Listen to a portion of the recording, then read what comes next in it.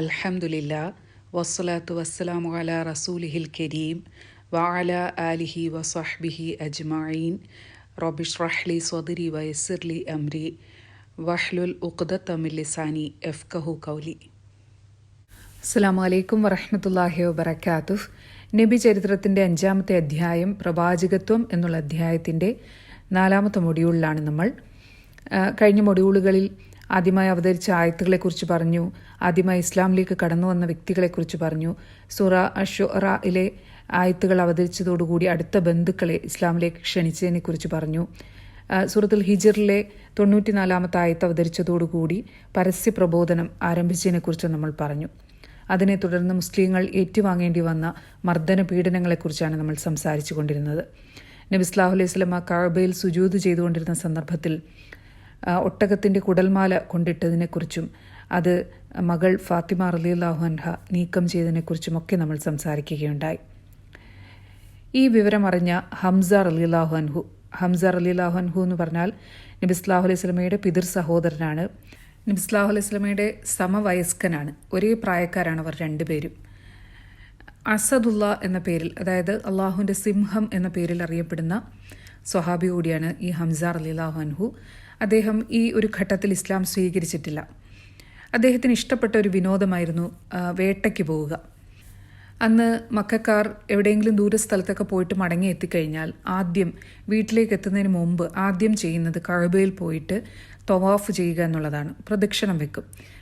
അത് ഇന്ന് നമ്മൾ ഉംറയ്ക്ക് പോകുമ്പോൾ നിർവഹിക്കുന്ന പോലെയല്ല. പകരം കൈയടിച്ചുകൊണ്ടും ചൂളം വിളിച്ചുകൊണ്ടുമൊക്കെയാണ് അവർ തവാഫ് ചെയ്തിരുന്നത്. അങ്ങനെ ഹംസ റളിയല്ലാഹു അൻഹു വേട്ടയ്ക്ക് പോയിട്ട് മടങ്ങി വന്നതിന് ശേഷം കഅബയിൽ പോയി തവാഫ് ചെയ്തു. അതിനുശേഷം തിരിച്ചിറങ്ങുന്ന സന്ദർഭത്തിലാണ് അറിയാൻ സാധിച്ചത് അബൂജഹൽ നബി സല്ലല്ലാഹു അലൈഹി വസല്ലമയെ ദേഹോപദ്രവം ഏൽപ്പിച്ചു എന്നുള്ള കാര്യം. അദ്ദേഹത്തെ സംബന്ധിച്ചിടത്തോളം അദ്ദേഹത്തിൻ്റെ സഹോദരൻ്റെ പുത്രനാണ്. വല്ലാത്ത ദേഷ്യം വന്നത് കേട്ടപ്പോൾ കയ്യിൽ ഒരു വില്ലുമായിട്ട് നേരെ അബൂജഹലിൻ്റെ അടുത്തെത്തി.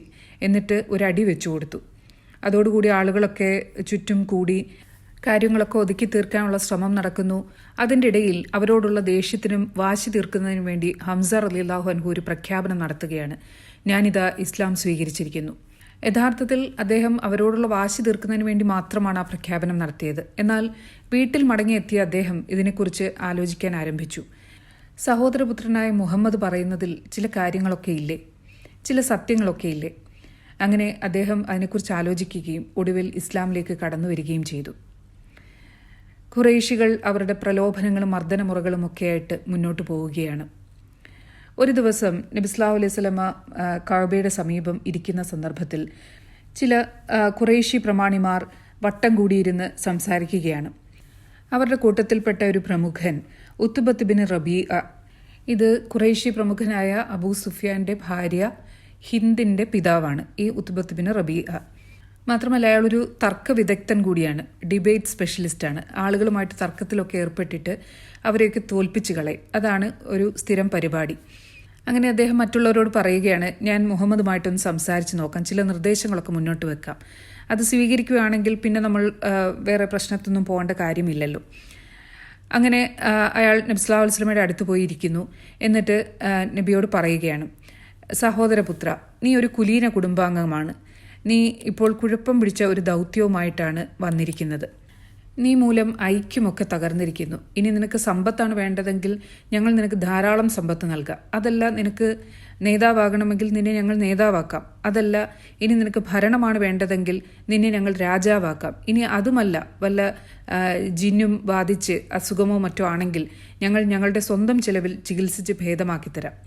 എല്ലാം നിശബ്ദനായി കേട്ടിരുന്ന നബി സല്ലല്ലാഹു അലൈഹി വസല്ലം ചോദിച്ചു, അബുൽ വലീദ്, താങ്കൾക്ക് പറയാനുള്ളതെല്ലാം പറഞ്ഞു കഴിഞ്ഞോ? എന്നാൽ ഇനി ഞാൻ പറയുന്നത് താങ്കൾ ഒന്ന് കേൾക്കണം. അങ്ങനെ നബി സല്ലല്ലാഹു അലൈഹി വസല്ലം ഖുർആനിലെ 41-ാമത്തെ അധ്യായം സൂറത്ത് ഫുസ്സിലത്ത്, ഹാമീം അസ്-സജദ എന്നും പേരുണ്ട്, ആ സൂറ പാരായണം ചെയ്യാൻ ആരംഭിച്ചു. 38-ാമത്തെ ആയത്തിൽ സുജൂദിൻ്റെ ആയത്താണ്. നബി സല്ലല്ലാഹു അലൈഹി വസല്ലം സുജൂദ് ചെയ്തു.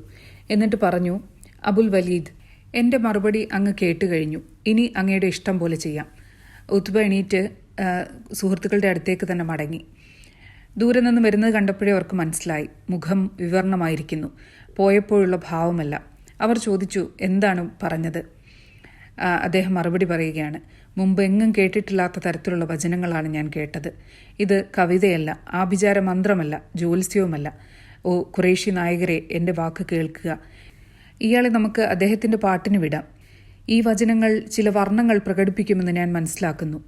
മുഹമ്മദിൻ്റെ കാര്യം നമ്മൾക്ക് അറബികൾക്ക് മൊത്തമായിട്ട് വിട്ടുകൊടുത്തേക്കാം. അവർ മുഹമ്മദിനെ കൊല്ലുകയാണെങ്കിൽ ഖുറൈശികളിൽപ്പെട്ട ഒരാളെ കൊന്നു എന്നുള്ള പാപത്തിൽ നിന്നും നമുക്ക് രക്ഷപ്പെടാം. ഇനി അതല്ല, മുഹമ്മദാണ് ജയിക്കുന്നതെങ്കിലോ അതിൻ്റെ ക്രെഡിറ്റ് നമുക്കും കൂടി കിട്ടും. അതുകൊണ്ട് മുഹമ്മദിൻ്റെ കാര്യം നമുക്ക് അറബികൾക്ക് മൊത്തമായി വിട്ടുകൊടുക്കാം. എന്നാൽ ഖുറൈശികൾ ഇത് സമ്മതിക്കാൻ തയ്യാറായില്ല. അവർ വീണ്ടും മർദ്ദന പീഡനങ്ങളൊക്കെ പൂർവാധികം ശക്തിയായി നിർവഹിക്കാനാണ് തീരുമാനമെടുക്കുന്നത്. അങ്ങനെ മുസ്ലിങ്ങളുടെ നേർക്കുള്ള ഉപദ്രവങ്ങളൊക്കെ കൂടിക്കൂടി വരികയാണ്. നബി സല്ലല്ലാഹു അലൈഹി വസല്ലമ മുസ്ലിങ്ങളോട് അബിസീനിയയിലേക്ക് ഹിജ്റ പോകാൻ ആവശ്യപ്പെടുകയാണ്. അബിസീനിയ എന്ന് പറയുന്നത് ഇന്നത്തെ എത്യോപ്യ എന്നറിയപ്പെടുന്ന രാജ്യമാണ്. അവിടെ അന്ന് നജ്ജാഷി എന്ന് പറയുന്ന ഒരു രാജാവാണ് ഭരിച്ചിരുന്നത്. വളരെ നീതിമാനായ ഒരു രാജാവായിരുന്നു അദ്ദേഹം. അങ്ങനെ 11 പുരുഷന്മാരും 4 സ്ത്രീകളും അടങ്ങിയ ഒരു സംഘമാണ് ആദ്യം അവിടേക്ക് യാത്ര തിരിച്ചത്. ഇവർ അവിടെ എത്തി കുറച്ചു കാലം കഴിഞ്ഞപ്പോൾ മക്കയിലെ സ്ഥിതിയൊക്കെ കുറച്ച് ശാന്തമായി എന്ന് കേട്ടു. അങ്ങനെ അവരിൽപ്പെട്ട കുറച്ചു പേർ മക്കയിലേക്ക് മടങ്ങി വന്നു. എന്നാൽ അവിടെ എത്തിയപ്പോൾ മനസ്സിലായി കാര്യങ്ങൾ കൂടുതൽ വഷളായിരിക്കുകയാണ്. അങ്ങനെ വീണ്ടും അവർ അബിസീനിയയിലേക്ക് മടങ്ങുകയാണ്.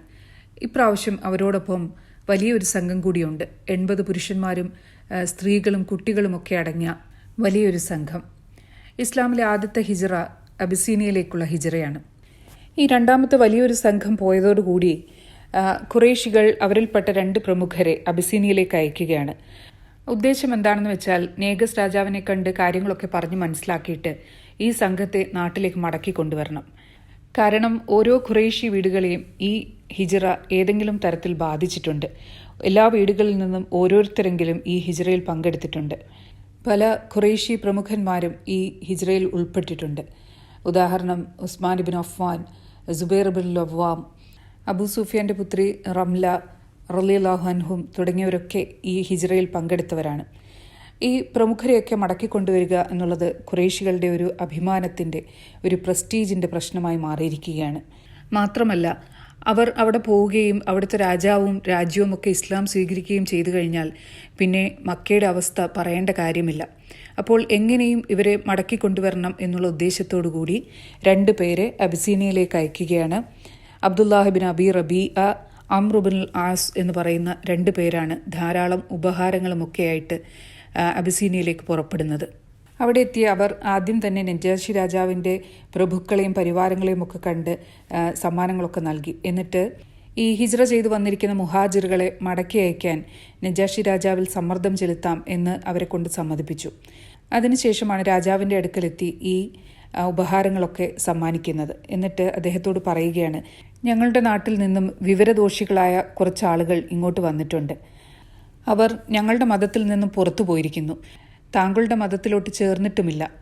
അവർ ഒരു പുത്തൻ മതം ഉണ്ടാക്കിയിരിക്കുകയാണ്. അവരെ മടക്കിക്കൊണ്ടു പോകാൻ വേണ്ടി ഞങ്ങളെ അയച്ചിരിക്കുകയാണ്. അപ്പോൾ നജ്ജാഷി രാജാവ് പറഞ്ഞു, എനിക്ക് അവരോടൊന്ന് സംസാരിക്കണം. അങ്ങനെ മുസ്ലിങ്ങളുടെ ഭാഗത്തു നിന്നും ജഅഫർ ഇബ്നു അബി ത്വാലിബ് റളിയല്ലാഹു അൻഹു മുന്നോട്ട് വരികയാണ്. എന്നിട്ട് അദ്ദേഹം ഒരു പ്രഭാഷണം തന്നെ നടത്തുകയാണ്. അദ്ദേഹം പറയുകയാണ്, രാജാവേ, ഞങ്ങൾ അജ്ഞരായ ഒരു ജനതയായിരുന്നു. ഞങ്ങൾക്കറിവില്ലായിരുന്നു. ഞങ്ങൾ വിഗ്രഹങ്ങളെ ആരാധിക്കുമായിരുന്നു. ശവം തിന്നുകയും അസാൻമാർഗികമായ പ്രവർത്തനങ്ങൾ നടത്തുകയുമൊക്കെ ചെയ്യുമായിരുന്നു. കുടുംബ ബന്ധങ്ങൾ വേർപ്പെടുത്തുമായിരുന്നു. അയൽവാസിയെ ദ്രോഹിക്കുമായിരുന്നു. അങ്ങനെ ഒരു ജനതയായിരുന്നു ഞങ്ങൾ. എന്നാൽ ഞങ്ങളിലേക്ക് അള്ളാഹു ഒരു ദൈവദൂതനെ അയച്ചു തന്നു. അദ്ദേഹം ഞങ്ങളോട് പറഞ്ഞു, നിങ്ങൾ ഈ വിഗ്രഹങ്ങളെ ആരാധിക്കരുത്. അള്ളാഹുവിനെ മാത്രമേ നിങ്ങൾ ഇബാദത്ത് ചെയ്യാവൂ. അള്ളാഹു കൽപ്പിച്ച കാര്യങ്ങൾ മാത്രമേ നിങ്ങൾ പ്രവർത്തിക്കാവൂ. അള്ളാഹു വിരോധിച്ച കാര്യങ്ങളിൽ നിന്നും നിങ്ങൾ വിട്ടുനിൽക്കണം. നിങ്ങൾ സത്യം മാത്രമേ പറയാവൂ. വാക്കുപാലിക്കണം. കുടുംബബന്ധം നിലനിർത്തണം. അയൽവാസിക്ക് നന്മ ചെയ്യണം. രക്തം ചിന്താതിരിക്കണം. ഇതൊക്കെ ഞങ്ങൾ കേൾക്കുകയും പാലിക്കുകയും അതനുസരിച്ച് ഞങ്ങൾ ജീവിക്കുകയും ചെയ്യാൻ തുടങ്ങി. എന്നാൽ ഞങ്ങളുടെ തന്നെ ബന്ധുക്കളായ ഇവരൊക്കെ അവിടെ ഞങ്ങളെ പീഡിപ്പിക്കാൻ ആരംഭിച്ചു. ഞങ്ങൾക്കവിടെ ജീവിക്കാൻ കഴിയാത്തൊരവസ്ഥ വന്നപ്പോഴാണ് ഞങ്ങൾ ഇങ്ങോട്ടേക്ക് വന്നത്. ജഅഫർ റളിയല്ലാഹു അൻഹു പറഞ്ഞു നിർത്തിയതോടെ നജ്ജാഷി രാജാവ് ചോദിക്കുകയാണ്, നിങ്ങൾ ഈ പറയുന്ന അള്ളാഹുവിൻ്റെ അടുത്ത് നിന്ന് വരുന്നു എന്ന് പറയുന്ന ദിവ്യബോധനങ്ങളുണ്ടല്ലോ, അത് എന്തെങ്കിലും എനിക്കൊന്ന് കേൾക്കാൻ സാധിക്കുമോ? അങ്ങനെ ജഅഫർ റളിയല്ലാഹു അൻഹു സൂറത്ത് മറിയം ആദ്യം തൊട്ട് പാരായണം ചെയ്യാൻ ആരംഭിച്ചു. ഈസ അലൈഹി ഇസ്ലാം തൊട്ടിൽ കിടന്ന് സംസാരിക്കുന്ന ഭാഗങ്ങളൊക്കെ ഓതി കേൾപ്പിച്ചു. അത് കേട്ടതോടുകൂടി അവർ ആകെ അത്ഭുതപ്പെട്ടു പോവുകയാണ്. ക്രിസ്തുമതവിശ്വാസികളായ അവരെ സംബന്ധിച്ചിടത്തോളം ഇഞ്ചിയിൽ പറഞ്ഞിരിക്കുന്ന കാര്യങ്ങളൊക്കെ ശരിവെക്കുന്ന ആയത്തുകളാണ് കേട്ടുകൊണ്ടിരിക്കുന്നത്. പുരോഹിതന്മാരൊക്കെ പറയുകയാണ്, നമ്മുടെ നേതാവായ യേശുവിൻ്റെ വചനങ്ങളുടെ ഉറവിടം തന്നെയാണ് ഈ വചനങ്ങളുടെയും ഉറവിടം. ഈ ആയത്തുകൾ കേട്ട നജാഷി രാജാവ് കരയുകയായിരുന്നു. അദ്ദേഹം പറയുകയാണ്, ഈ വചനങ്ങളും യേശു കൊണ്ടുവന്ന വചനങ്ങളും ഒരേ സ്രോതസ്സിൽ നിന്നും നിർഗളിക്കുന്നതാകുന്നു. അള്ളാഹുവാണ്, ഞാൻ നിങ്ങളെ ഇവർക്ക് ഏൽപ്പിച്ചു കൊടുക്കുകയില്ല. എന്നിട്ട് ഖുറൈശി പ്രതിനിധികളോട് പറയുകയാണ്, ഒരു കാരണവശാലും മുസ്ലിങ്ങളെ നിങ്ങളോടൊപ്പം മടക്കി അയക്കുകയില്ല. അങ്ങനെ എല്ലാവരും ദർബാറിൽ നിന്നും പിരിഞ്ഞു പോവുകയാണ്. എന്നാൽ പിറ്റേ ദിവസം വീണ്ടും ഈ 2 പേരും നജാഷി രാജാവിൻ്റെ അടുത്തെത്തി. എന്നിട്ട് പറയുകയാണ്, മേരി പുത്രൻ യേശുവിനെക്കുറിച്ച് അവരുടെ വിശ്വാസം എന്താണെന്ന് അവരെ വിളിച്ചൊന്ന് അന്വേഷിച്ച് നോക്കിയാലും ഇക്കൂട്ടർ അദ്ദേഹത്തെക്കുറിച്ചൊരു ഭയങ്കര വാദമാണ് ഉന്നയിക്കുന്നത്. നജാഷി വീണ്ടും മുഹാജിറുകളെ വിളിപ്പിച്ചു. ഇതിന് മറുപടിയായി ജഅഫർ ബിൻ അബി ത്വാലിബ് റളിയല്ലാഹു അൻഹു പറഞ്ഞു, ഈസ അലൈഹി ഇസ്ലാം അള്ളാഹുവിൻ്റെ ദാസനും ദൂതനും അവങ്കൽ നിന്നും കന്യകയായ മറിയമിൽ നിക്ഷേപിച്ച ഒരു ആത്മാവും ഒരു വചനവുമാകുന്നു. ഇത് കേട്ടപ്പോൾ നജാഷി രാജാവ് നിലത്തു നിന്നും ഒരു കച്ചിത്തുരുമ്പെടുത്തു ഉയർത്തിക്കൊണ്ട് പറഞ്ഞു, ദൈവത്താണ്, യേശു നിങ്ങൾ പറയുന്നതിനേക്കാൾ ഈ കച്ചിത്തുരുമ്പോളം പോലും അധികമല്ല. എന്നിട്ട് ഖുറൈശികൾ അയച്ച കാഴ്ചകളെല്ലാം മടക്കിക്കൊടുത്തു. ഞാൻ കൈക്കൂലി വാങ്ങാറില്ല എന്ന് പറഞ്ഞുകൊണ്ട് അവരെ തിരിച്ചയച്ചു. മുഹാജിറുകളോട് അദ്ദേഹം പറഞ്ഞു, നിങ്ങൾ സമാധാനമായി പാർത്തുകൊള്ളുക. അങ്ങനെ അബിസീനയിലേക്ക് ഹിജ്റ ചെയ്തെത്തിയ മുസ്ലിങ്ങളെ സംബന്ധിച്ചിടത്തോളം അവിടെ സമാധാനത്തിൻ്റെ ഒരു കാലഘട്ടത്തിലൂടെ കടന്നു പോവുകയാണ്. എന്നാൽ ഇങ്ങ് മക്കയിൽ അവസ്ഥ അതല്ല. അക്രമങ്ങളും മർദ്ദനങ്ങളും പീഡനങ്ങളുമായി മുന്നോട്ട് പോവുകയാണ്. ഈ ഒരു ഘട്ടത്തിൽ നുബുവത്തിൻ്റെ 6ാമത്തെ കൊല്ലം ആണ് പ്രധാനപ്പെട്ട മറ്റൊരു സംഭവം നടക്കുന്നത്. ഉമർ റളിയല്ലാഹു അൻഹുവിൻ്റെ ഇസ്ലാം ആശ്ലേഷമാണ് അത്. നുബുവത്തിൻ്റെ 6ാമത്തെ വർഷം എന്ന് പറഞ്ഞാൽ നബി സല്ലല്ലാഹു അലൈഹി വസല്ലമയ്ക്ക് പ്രവാചകത്വം ലഭിച്ചതിൻ്റെ 6ാമത്തെ വർഷം. കഴിഞ്ഞ 6 വർഷമായിട്ട് ഖുർആൻ ആയത്തുകൾ അവതരിച്ചു കൊണ്ടിരിക്കുന്നു. അപ്പോൾ ഉമർ റളിയല്ലാഹു അൻഹു എന്ന് പറഞ്ഞാൽ 30-35 വയസ്സ് പ്രായമുള്ള ഒരു ചെറുപ്പക്കാരനാണ്. വീരശൂര പരാക്രമിയാണ്. വീഞ്ഞ്, വിനോദം, കവിതകൾ ഇതൊക്കെയായിട്ട് നടക്കുന്ന ഒരു വ്യക്തിയാണ്. അദ്ദേഹത്തെ സംബന്ധിച്ചിടത്തോളം ഈ അബിസീനിയയിലേക്ക് ഒരു കൂട്ടം മുസ്ലിങ്ങൾ പോയതൊന്നും തീരെ ഇഷ്ടപ്പെട്ടിട്ടില്ല. അദ്ദേഹത്തിൻ്റെ ബന്ധുവുമൊക്കെ ഈ അബിസീനിയൻ ഹിജ്റയിൽ പങ്കെടുത്തിട്ടുണ്ട്. അദ്ദേഹത്തെ സംബന്ധിച്ചിടത്തോളം മുസ്ലിങ്ങൾ ഒറ്റക്കെട്ടായിട്ട് പോയിക്കൊണ്ടിരുന്ന ഒരു സമൂഹത്തിനെ വിഭജിച്ച കൂട്ടരാണ്. അതുകൊണ്ട് തന്നെ അദ്ദേഹത്തിന് വല്ലാത്ത അസ്വസ്ഥതയാണ്. അങ്ങനെയിരിക്കെ ഒരു ദിവസം അദ്ദേഹം ഊരിപ്പിടിച്ചൊരു വാളുമായിട്ട് ദാറുൽ അർക്കത്തിന് നേർക്ക് പോവുകയാണ്. ദാറുൽ അർക്കം എന്ന് പറഞ്ഞാൽ അർക്കം എന്ന് പറയുന്ന സ്വഹാബിയുടെ വീടാണ്. അവിടെയാണ് മുസ്ലിങ്ങളുടെ രഹസ്യ യോഗമൊക്കെ ചേരുന്നത്. നബി സല്ലല്ലാഹു അലൈഹി വസല്ലമയെ വധിക്കുന്നതിന് വേണ്ടിയാണ് ഈ ഊരിപ്പിടിച്ച വാളുമായിട്ട് പോകുന്നത്. വഴിക്ക് വെച്ച് നുഐം എന്ന് പറയുന്ന ഒരു വ്യക്തിയെ കാണുകയാണ്. നുഐം ചോദിക്കുകയാണ്, നിങ്ങൾ എങ്ങോട്ടാണ് ഈ പോകുന്നത്? അദ്ദേഹം പറഞ്ഞു, ഞാൻ മുഹമ്മദിനെ വധിക്കാൻ വേണ്ടി പോവുകയാണ്. അപ്പോൾ നുഐം ചോദിച്ചു, താങ്കൾ മുഹമ്മദിനെ വധിച്ചു കഴിഞ്ഞാൽ ഹാഷിം കുടുംബവും മുത്തലിബ് കുടുംബവും ഒക്കെ വെറുതെ ഇരിക്കുമെന്ന് താങ്കൾക്ക് തോന്നുന്നുണ്ടോ? മാത്രമല്ല, താങ്കൾ ആദ്യം താങ്കളുടെ വീടിനകം ശരിയാക്കുക, എന്നിട്ട് മതി മുഹമ്മദിൻ്റെ കാര്യം. ഇത് കേട്ടപ്പോഴാണ് സ്വന്തം സഹോദരി ഫാത്തിമയും അവരുടെ ഭർത്താവായ സഈദ് ബിൻ സെയ്ദും ഇസ്ലാം സ്വീകരിച്ച വിവരം ഉമർ റളിയല്ലാഹു അൻഹു അറിയുന്നത്. അദ്ദേഹം വേഗം സ്വന്തം സഹോദരിയുടെ വീട്ടിലേക്ക് പോവുകയാണ്. പുറത്തെത്തുമ്പോൾ തന്നെ അകത്തു നിന്നും എന്തോ പാരായണമൊക്കെ കേട്ടു. ഈ സമയം ഖബ്ബാബ് എന്ന് പറയുന്ന ഒരു സ്വഹാബി അവരെ 2 പേരെയും ഖുർആൻ പഠിപ്പിച്ചുകൊണ്ടിരിക്കുകയായിരുന്നു. ഉമർ റളിയല്ലാഹു അൻഹു ചെന്ന് കയറിയതും ഖബ്ബാബ് ഇറങ്ങി ഓടി എവിടെയോ ഒളിച്ചു കളഞ്ഞു. വീട്ടിനകത്ത് കയറിയതും ഉമർ റളിയല്ലാഹു അൻഹു സഈദ് ബിൻ സെയ്ദിനെ അടിച്ചു. തടസ്സം പിടിക്കാനായി വന്ന സഹോദരി ഫാത്തിമ റളിയല്ലാഹു അൻഹയ്ക്കും അടികൊണ്ടു. അവരുടെ നെറ്റി പൊട്ടി ചോരയൊലിക്കാൻ ആരംഭിച്ചു. അത് കണ്ടതോടെ ഉമർ റളിയല്ലാഹു അൻഹുവിന് വല്ലാത്ത വിഷമമായി. അല്പം കഴിഞ്ഞ് ഒന്ന് ശാന്തനായപ്പോൾ അദ്ദേഹം അവരുടെ കയ്യിലിരിക്കുന്ന ലിഖിതം ഒന്ന് വായിക്കാൻ കൊടുക്കാൻ ആവശ്യപ്പെട്ടു. അപ്പോൾ അവർ പറഞ്ഞു, താങ്കൾ പോയി കുളിച്ച് വൃത്തിയായിട്ട് വരിക. അങ്ങനെ മടങ്ങിയെത്തിയ ഉമർ റളിയല്ലാഹു അൻഹുവിന് അവർ ആ ഖുർആൻ ആയത്തുകൾ കൊടുത്തു. സൂറത്ത് ത്വാഹയിലെ ആയത്തുകളായിരുന്നു. അത് വായിച്ചപ്പോൾ അദ്ദേഹം പറഞ്ഞു, എത്ര നല്ല വചനങ്ങളാണിത്. ഇത് കേട്ടതോടുകൂടി ഒളിച്ചിരുന്ന ഖബ്ബാബ് റളിയല്ലാഹു അൻഹു ഇറങ്ങി വന്നു. എന്നിട്ട് അദ്ദേഹം പറയുകയാണ്, ഇന്നലെ പോലും നബി സല്ലല്ലാഹു അലൈഹി വസല്ലം ദുആ ചെയ്യുന്നത് ഞാൻ കേട്ടിരുന്നു. ഉമറിനെയോ അബൂജഹലിനെയോ കൊണ്ട് ഇസ്ലാമിനെ നീ ശക്തിപ്പെടുത്തണമേ എന്ന് നബി സല്ലല്ലാഹു അലൈഹി വസല്ലം ദുആ ചെയ്തിരുന്നു. ആ പ്രാർത്ഥന അള്ളാഹു സ്വീകരിച്ചിരിക്കുന്നു. ഖബ്ബാബ് റളിയല്ലാഹു അൻഹു ഉമർ റളിയല്ലാഹു അൻഹുവിനെയും കൂട്ടി ദാറുൽ അർക്കത്തിലേക്ക് പോവുകയാണ്. നബി സല്ലല്ലാഹു അലൈഹി വസല്ലമിന് മുമ്പിൽ അദ്ദേഹം ഇസ്ലാം സ്വീകരിക്കുകയാണ്. അങ്ങനെ രണ്ട് ശക്തരായ വ്യക്തികൾ ഹംസ റളിയല്ലാഹു അൻഹുവും ഉമർ റളിയല്ലാഹു അൻഹുവും ഇസ്ലാമിലേക്ക് കടന്നു വന്നിരിക്കുന്നു. മുസ്ലിങ്ങളുടെ ആത്മവിശ്വാസം ഇതോടുകൂടി വർദ്ധിക്കുകയാണ്. എന്നാൽ അവരെ കാത്തിരിക്കുന്നത് കഷ്ടപ്പാടിൻ്റെയും പട്ടിണിയുടെയും വറുതിയുടെയും നാളുകളാണ്. അടുത്ത 3 വർഷം ഖുറൈശികൾ മുസ്ലിങ്ങൾക്കെതിരിൽ കടുത്ത ഉപരോധം ഏർപ്പെടുത്തുകയാണ്. ഇൻഷാ അല്ലാഹ് അതിനെക്കുറിച്ച് അടുത്ത അധ്യായത്തിൽ നമുക്ക് സംസാരിക്കാം. സുബ്ഹാനകല്ലാഹുമ്മ വബിഹംദിക അഷ്ഹദു അല്ലാ ഇലാഹ ഇല്ലാ അൻത അസ്തഗ്ഫിറുക വഅതൂബു ഇലൈക്. അസ്സലാമു അലൈക്കും വറഹ്മത്തുള്ളാഹി വബറകാതുഹു.